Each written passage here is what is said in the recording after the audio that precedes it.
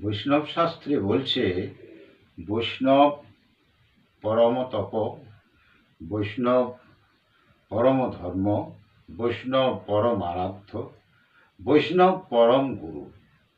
অর্থাৎ তপস্যার মধ্যে বৈষ্ণব সাধনা তপস্যায় শ্রেষ্ঠ, বৈষ্ণবের তপস্যা করাও শ্রেষ্ঠ, আর বৈষ্ণবকে আরাধনা করাও শ্রেষ্ঠ। বৈষ্ণব গুরুর গুরু, পরম গুরু, এই হলো বৈষ্ণবের ব্যাপার। এটাকে ব্যাখ্যা করলে বৈষ্ণব যে মনে কর সাধনা করলে বৈষ্ণবের অনেক কিছু, বৈষ্ণবত্ব অর্জন করলে অনেক কিছু লাভ করা যায়। তার শান্ত, বিনীত, নম্র, ধীর স্থির এইরকম স্বভাব হবে। গুণগুলো তার বৈষ্ণবে গুণে পরিপূর্ণ হবে। 64টা গুণ আস্তে আস্তে লাভ হবে।